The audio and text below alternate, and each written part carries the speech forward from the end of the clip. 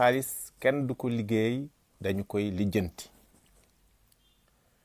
xalaat bu doy waar mu ngi nii ndax sunu ko toppee dafay mel ni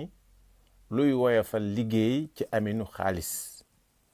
ba ki ko déggul mën naa yaakaar ni su demee banque dugg génn ñu lebal ko ay millions lu ko neex mën na ko caa def ndax am na xaalis léegi. déggin wi déggin la wuy tax nit leb xaalis bu baree bari jënde ko woto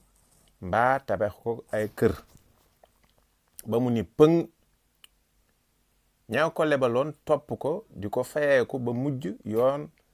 nangu ay kër mbaa ay woto boole ca di ko teg ay daan yu kawe kawe. ni ñu mën a dégge xalaat bi mooy xaalis bu bari bi nit ki soxla ngir liggéey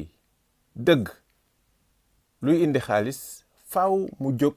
dox ko yéeg wàcc bindante kayit léeg-léeg sax tayle alal am ca yoon. xaalis bi su ko nit ki jotee mu ngi taxaw ci buntub liggéey